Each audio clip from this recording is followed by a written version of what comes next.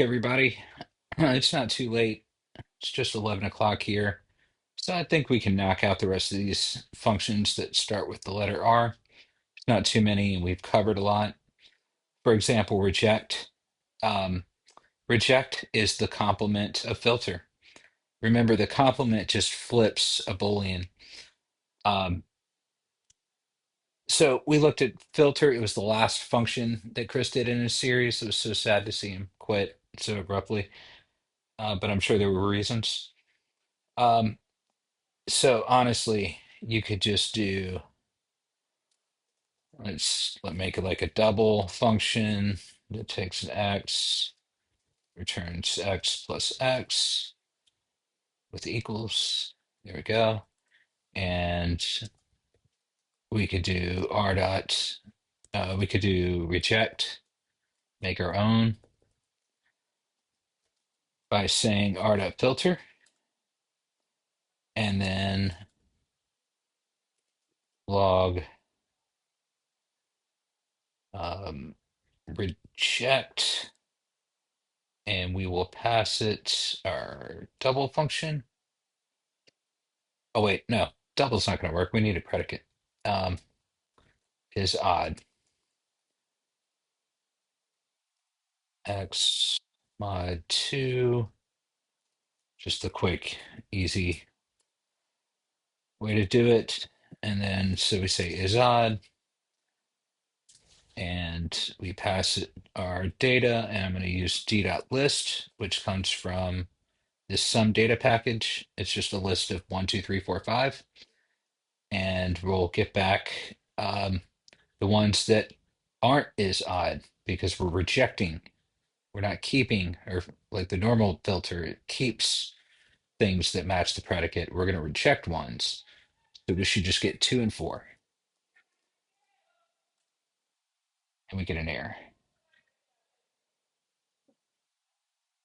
Log is not a function because I deleted my log. Whoops.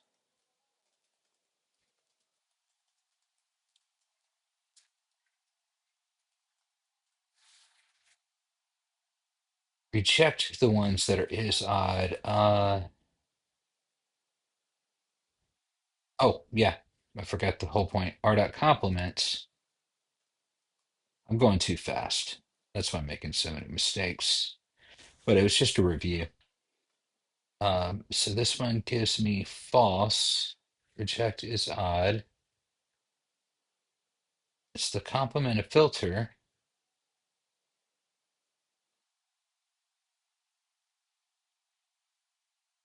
Did we lose? Okay. So now I've opened up a can of worms. If I r dot filter,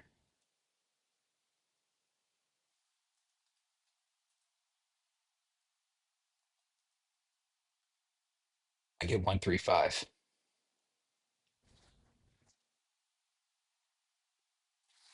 Maybe I have to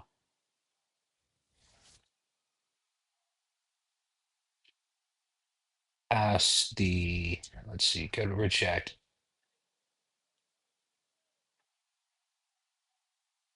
Let's do it like this.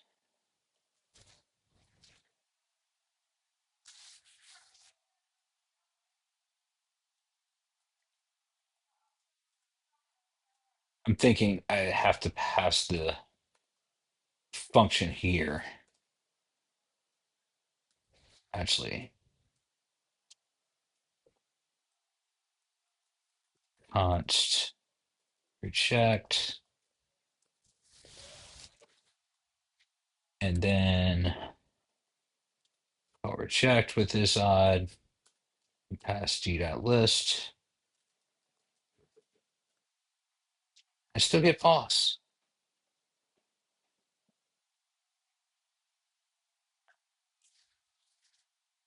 But if I use their reject,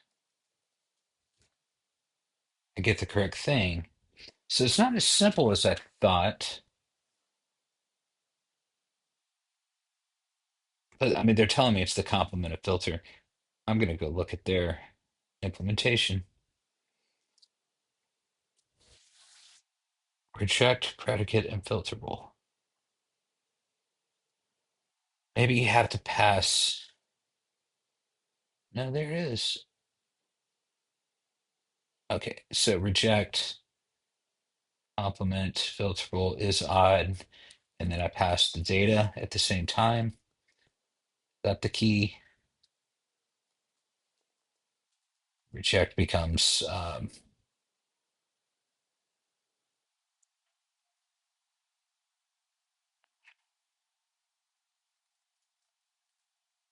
confused. Yeah, that's still a function. Or do I need to do it like this?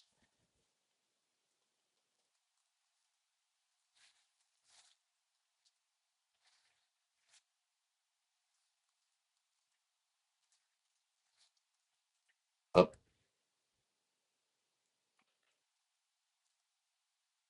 I still get false.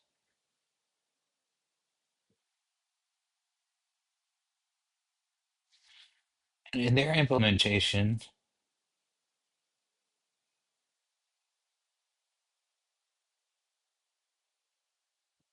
they're calling filter. Like that's their version of filter, I'm assuming. Yeah, I'm putting filter there. And the complement of predicate. Ah, I see. I thought I knew everything. R dot complement of the predicate. And then we get 2, 4. That's what it was. So we're not doing the complement on the filter, we're doing the complement of the predicate and passing that to filter. Or better yet, just use the damn r dot reject. That's what we're here for right now anyway. R dot reject is odd and the list. And we get 2 and 4. Yeah. So the whole thing is that F in this type signature needs to be a filterable. So that's going to be like a number or a letter. Um, if you want to learn more about reject, go and watch Chris's last video in the original Ramda series that he did. But we're going to move on to remove. And I will remove these things. So remove takes a number, takes two numbers and a list and returns a new list. And what it does is it removes the sublist of lists starting at the start and containing count elements. So this is the start, and this is the count, and this is the list. Note that this is not destructive. It returns a copy of the list with the changes. No lists have been harmed in the application of this function. So what this is basically doing, it's like the delete keyword that you can use with the lists that I have never used in practice. Um, so here we're going to remove, starting at the second item, 0, 1, 2. So that's 3. And we're going to go 3, remove 3 items, 3, 4, 5. So we should get 1, 2, 6, 7, 8, if I understand that correctly. 1, 2, 6, 7, 8. And that's what we get. So it's kind of like the opposite of slice. And you could do splice with that. And since this function was created in Ramda, JavaScript has a two-sliced method, which is a non-destructive version. It does not mutate the array, so you can always use that as well. Um, but I think that's pretty much covers what we need to know. If you need to remove elements, that's how you do it, or that's how you can do it. It says C also without, but we'll get to that when we get to W's. Let's move on to rename keys. this one takes two objects and returns an object. So, and it tells you what it's doing right here. We're going to rename the keys. So it converts an object to a new one by changing all keys that are also found as keys in a mapping object to their corresponding values from the object. So this is kind of cool. Um, this reminds me of the functions that have the spec object because it's like very data driven. So what I mean by that is that we have this mapping object where we're saying if you find a name property, rename it to first name. And if you find an address property, rename it to street name. And then here's the object that I want you to look at. Um, so we can do r dot rename keys. Rename keys. Why am I not getting autofill? Rename keys. This is in version 31. I may not have, I might not be up to date enough. Yeah, I'm 31, just not in my code completion for some reason. And then you pass it the mapping object, right? That's the first one. And then the data, which is obj. And we run it and we get first name John, city Paris, because there is no address. So there is a name. It renamed it to first name. There is no address, so it skipped that one. And then it just gave us back the rest of the object. So if this is address, we would get back first name John and then street Paris, which I mean, yeah, you could have a street called Paris. Um, and that's what rename keys does. You know, this one's pretty simple. It says see also rebuild. Did we look at that already? We must have.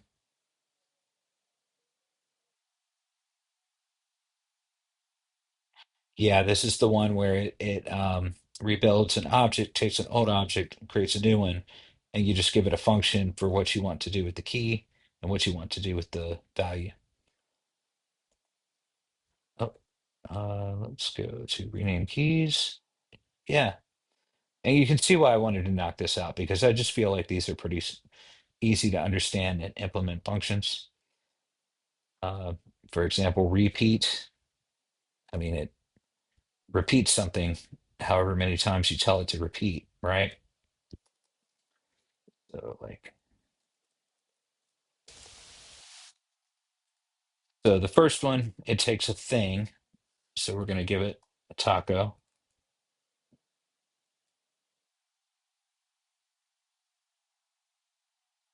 And then you tell it how many times you want it to repeat, which is the n, at least 32 times. And we get 32 tacos in an array. So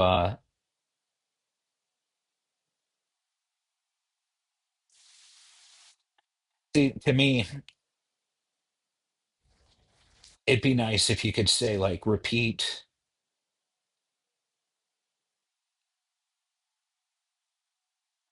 like increment, and then pass it 32 and have it increment from like 0 to 32 to make a range function. Going back to why I still think that it's unfortunate how much it takes to do a proper range function compared to what you actually get back as the result. You know, it seems like it could be something this simple, and it is when you use Ramda's range function. But if you have to create one, it's sort of a pain. Uh, so that's the repeat. Um, Here they show that you can repeat objects, so it doesn't have to be a string. And here's just something about how objects are passed by reference. So as you repeat these objects, each one is actually equal. It's the same object because you're just repeating this. good to know, but a little out of place, I think. But let's check out this times. And we're looking at the function signature here. It takes a thing and a number, which is the time, the amount you want to repeat, and gives you back a list of that thing that many times in number times. This one's different. This one's too different. Let's skip this for now and get to it when we get to it. I was thinking it might be very similar, but it's really not.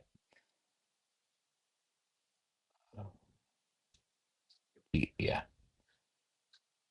And then we just got two more. We've got the replace function, which is, there's a string.prototype.replace function. So this is the Ramda's version of that. And it takes either a regular expression or a string as its first argument. And then two more strings as its second and third argument. And it returns a string. And it replaces a substring of the regex match in a string with a replacement, right? So you're probably familiar with this. Uh, if we replace,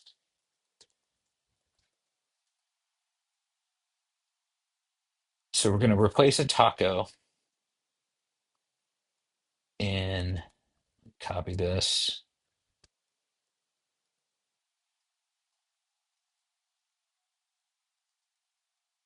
I do it like that. I think I can. So we're going to replace a taco, and I do need to pay attention to the order here. So regular expression. So we're looking for a taco, and the replacement is, I'll do the needs to be a string. So I'll do the string 32. That's dumb. I'll put Bob. So we're going to look for a taco and replace it with Bob in this set of strings. But it's only going to replace the first one. That's something you want to remember about how replace works. So it finds the first instance of this um, pattern. In this case, it's not really a pattern, it's just a string, but you can do a pattern. And so if I did, I hope this works being a emoji. Is it this way? No, it's this way. So if I did this and then pass G and make it a regular expression, it should replace all five tacos with five bobs. And it did not. Um, let's not be cute here. Let's say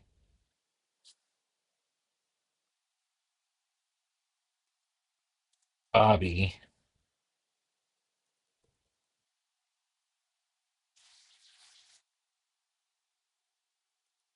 and let's look for Bob.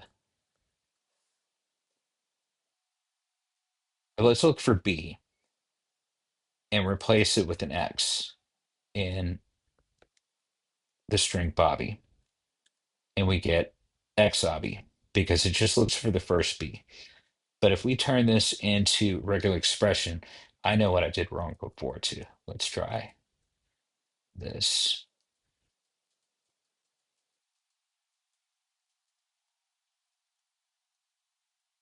It's a regular expression. It doesn't need this, the quotes.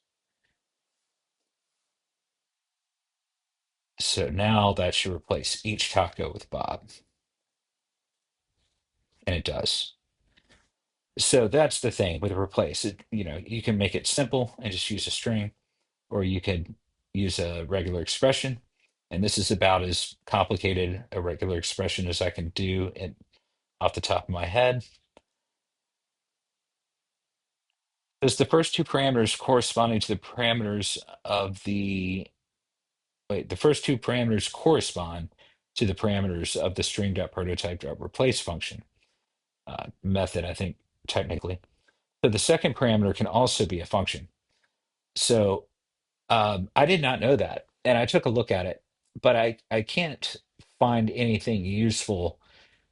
I find that to be too much of an edge case. So if that's interesting to you, go dig into the the Mozilla docs on how functions can be used as a second argument to do fancier things.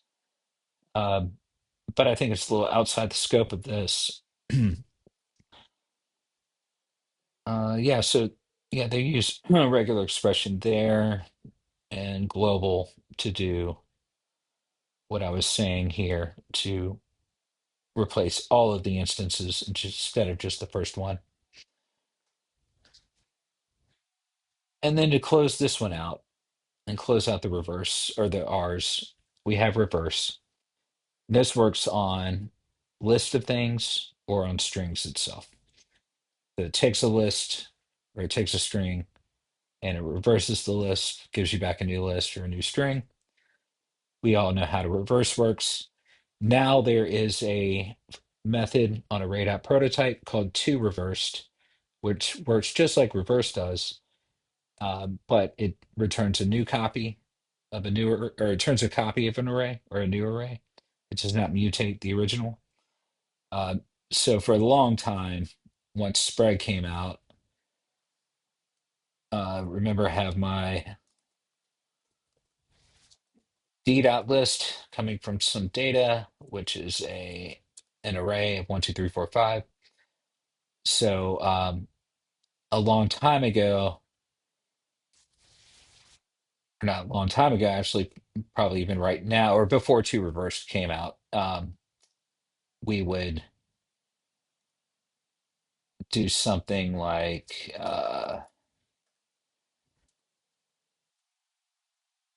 dot d dot list, like spread it, and then into a new array. Basically, make a shallow copy, and then do dot reverse, and then we get 5, 4, 3, 2, 1. But now, I mean, we can just say two reversed. And now I'm not sure if this is a node yet. We'll find out. But then we could just call it on the array. Yeah, and we get 5, 4, 3, 2, 1. But we're using Ramda, and Ramda does this automatically. And start at reverse, and then we pass the data last. So we say d.list, and lo and behold, we get an array of 5, 4, 3, 2, 1. And then if we reverse hello, we'll get OLLEH. So it can reverse strings as well. Um,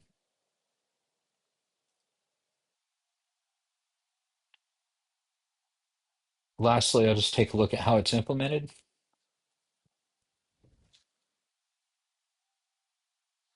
If it's a string, they split it, reverse it, and join it. Now that's interesting because that looks like it's mutating the array,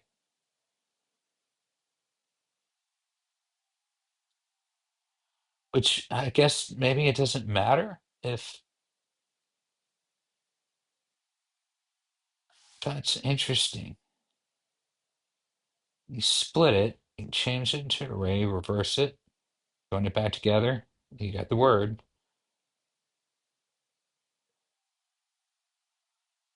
Oh, but it's calling this, so it's recursively calling it.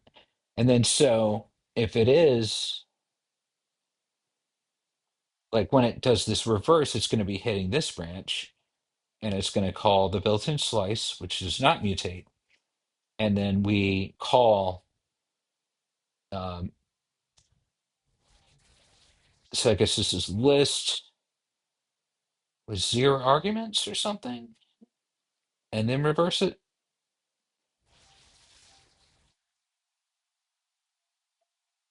That's a little confusing to me.